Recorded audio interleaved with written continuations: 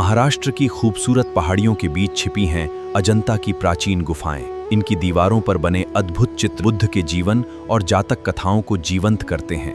नमस्कार विद्यार्थियों, आज हम कक्षा 10 हिंदी के गद्य खंड के एक बहुत ही सुंदर और महत्वपूर्ण पाठ अजंता को लगभग 15 मिनट में बहुत आसान भाषा में समझेंगे। इस पाठ के लेखक हैं डॉक्टर भगवत शरण उपाध्याय। यह कहानी नहीं बल्कि अजंता की गुफाओं, उनकी कला और वहां बने अद्भुत चित्रों का वर्णन करने वाला लेख है। तो कल्पना कीजिए कि हम आज स्वयं अजंता की गुफाओं की यात्रा पर निकल रहे हैं। मनुष्य अपनी कहानी अमर क्यों करना चाहता है? मनुष्य हमेशा से चाहता आया है कि उसका जीवन समाप्त होने के बाद भी उसकी याद बनी रहे। इसी इच्छा के कारण उसने अपनी उपलब्धियों और जीवन की घटनाओं को सुरक्षित रखने के अनेक तरीके खोजे। कहीं उसने पत्थरों पर संदेश लिखे, कहीं स्तंभ बनाए, कहीं मंदिर बनवाए और कहीं अपनी कला को पत्थरों तथा दीवारों पर उतार दिया। इन्हीं प्रयासों का एक अद्भुत उदाहरण है अजंता की गुफाएं। यहाँ मनुष्य ने केवल पत्थर नहीं काटे, बल्कि पत्थरों के अंदर एक पूरी दुनिया बसा दी। अजंता कहाँ है? महाराष्ट्र में अजंता नाम का एक स्थान है। इसके आसपास पहाड़ों का आकार अर्धचंद्राकार दिखाई देता है। हरे भरे जंगलों और पहाड़ों के बीच बनी ये गुफाएं देखने वाले को आश्चर्य से भर देती हैं। प्राचीन कलाकारों ने पहाड़ों को काटकर गुफाएं बनाई। पहाड़ के अंदर जगह बनाई गई, दीवारों और छतों को चिकना किया गया और फिर उन्हीं दीवारों पर चित्र बनाए गए। पत्थर की कठोर चट्टान के अंदर कलाकारों ने ऐसी सुंदर दुनिया बनाई कि आज भी उसे देखकर मनुष्य आश्चर्यचकित रह जाता है। पत्थर में जीवन कैसे आया? अब सोचिए, एक कठोर और निर्जीव पत्थर है। उसमें न कोई आवाज है, न कोई गति। लेकिन कलाकार अपनी कला से उसी पत्थर में मनुष्य, पशु पक्षी और भावनाओं को जीवित कर देता है। अजंता में यही हुआ। कलाकारों ने पहाड़ काटकर गुफाएं बनाई और उनकी दीवारों पर चित्र बनाए। पहले चित्रों की रेखाएं बनाई गईं और फिर उनमें रंग भरे गए। धीरे धीरे वे चित्र इतने सजीव बन गए कि ऐसा लगता है जैसे वे अभी बोल पड़ेंगे और उनमें बने पात्र अभी चलने लगेंगे। अजंता की दीवारों पर पूरी दुनिया। अजंता की गुफाओं में केवल एक प्रकार के चित्र नहीं हैं।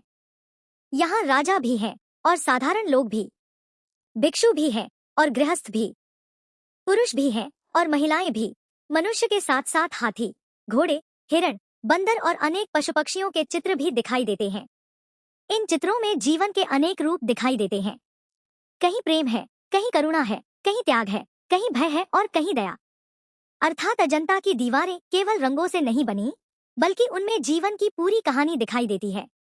बुद्ध के जीवन की कहानी। अजंता की कला का एक बहुत महत्वपूर्ण विषय है गौतम बुद्ध का जीवन। बुद्ध के जीवन की अनेक घटनाएं चित्रों के माध्यम से दिखाई गई हैं। इन चित्रों को देखते हुए ऐसा लगता है जैसे हम बुद्ध के जीवन की घटनाओं को अपनी आंखों के सामने घटते हुए देख रहे हों। बुद्ध का शांत चेहरा, उनकी करुणा और उनका व्यक्तित्व चित्रों में बहुत प्रभावशाली ढंग से प्रस्तुत किया गया है। एक चित्र में बुद्ध हाथ में कमल लिए दिखाई देते हैं। उनका चेहरा इतना शांत और प्रभावशाली है कि देखने वाला कुछ समय के लिए उसी चित्र में खो जाता है। यशोधरा और राहुल। अजंता में बुद्ध से जुड़े यशोधरा और राहुल के चित्र भी अत्यंत मार्मिक हैं। कल्पना कीजिए, सिद्धार्थ राजमहल छोड़कर ज्ञान की खोज में चले गए। पीछे रह गई यशोधरा और उनका पुत्र राहुल। अजंता के चित्रकार ने इस घटना को केवल शब्दों से नहीं, बल्कि रंगों और रेखाओं से जीवंत कर दिया। यशोधरा के मन का दुहक, राहुल के प्रति उनका प्रेम और सिद्धार्थ के प्रति उनकी भावनाएं, सब कुछ चित्रों में दिखाई देता है। एक दृश्य में महाभिनिष्क्रमण की भावना दिखाई देती है। सिद्धार्थ संसार के मोह को छोड़कर सत्य की खोज में निकल रहे हैं। यह दृश्य देखने वाले के मन में करुणा और भावुकता पैदा करता है। नंद की कहानी। अजंता के चित्रों में नंद की कहानी भी दिखाई देती है। नंद बुद्ध के भाई थे। उनका विवाह सुंदरी से हुआ था। नंद का मन संसार और अपनी पत्नी में लगा हुआ था, लेकिन परिस्थितियां ऐसी बनी कि उन्हें भिक्षु बनना पड़ा। चित्रकार ने नंद के मन की दुविधा को भी चित्रों के माध्यम से व्यक्त किया है। एक तरफ संसार का आकर्षण है और दूसरी तरफ बुद्ध का मार्ग। इस प्रकार अजंता की चित्रकला केवल सुंदरता नहीं दिखाती, बल्कि मनुष्य के अंदर चलने वाले संघर्ष को भी सामने लाती है। जातक कथाएं क्या हैं? अब आते हैं अजंता की एक और महत्वपूर्ण विशेषता पर, जातक कथाएं। जातक कथाएं बुद्ध के पूर्व जन्मों से संबंधित बौद्ध कथाएं हैं। इन कथाओं में बुद्ध के पूर्व जन्मों को अलग अलग रूपों में बताया गया है। कहीं वे मनुष्य के रूप में हैं, तो कहीं पशु पक्षी के रूप में। अजंता के कलाकारों ने इन कथाओं को भी अपनी चित्रकला में स्थान दिया। इसलिए अजंता की गुफाओं को देखने पर हमें केवल इतिहास नहीं मिलता, बल्कि उस समय के धर्म, समाज, जीवन और मानवीय भावनाओं की भी जानकारी मिलती है। बंदरों और हाथियों के चित्र। अजंता की चित्रकला में पशु पक्षियों को भी बहुत सजीव बनाया गया है। बंदरों के चित्रों में उनकी गति और चंचलता दिखाई देती है। हाथियों के चित्रों में उनका विशाल शरीर और भाव दिखाई देता है। हिरणों के चित्रों में उनकी कोमलता और भय को महसूस किया जा सकता है। यही कारण है कि लेखक को लगता है कि अजंता की कला में प्रकृति भी जैसे जीवित हो उठी है। अजंता की चित्रकला की विशेषता। अजंता की सबसे बड़ी विशेषता उसकी सजीवता है। चित्र बहुत पुराने हैं, लेकिन उन्हें देखकर ऐसा नहीं लगता कि वे निर्जीव या केवल इतिहास की वस्तुएं हैं। उनमें गति दिखाई देती है, चेहरों पर भाव दिखाई देते हैं, आंखों में भावनाएं दिखाई देती हैं। शरीर की मुद्रा से मन की स्थिति का पता चलता है। यही कारण है कि अजंता की चित्रकला ने भारत ही नहीं, बल्कि दूसरे देशों की कला को भी प्रभावित किया। कलाकारों की मेहनत। विद्यार्थियों, आज हम एक चित्र को कुछ मिनटों में बना हुआ देखते हैं, लेकिन सोचिए, जब कलाकारों के पास आधुनिक मशीनें नहीं थी, तब उन्होंने पहाड़ों को काटकर गुफाएं बनाई, दीवारों को तैयार किया, उन पर चित्रों की रेखाएं खींची, फिर रंगों का प्रयोग किया, और सबसे बड़ी बात, इतनी कठिन परिस्थितियों में भी उन्होंने चित्रों में भावनाएं और जीवन भर दिया। यह केवल कला नहीं, बल्कि असीम धैर्य, मेहनत और प्रतिभा का परिणाम था। अजंता केवल पत्थर नहीं है। अब पूरे पाठ का सबसे सुंदर विचार समझिए। अजंता को केवल गुफाओं या पत्थरों का समूह समझना गलत होगा।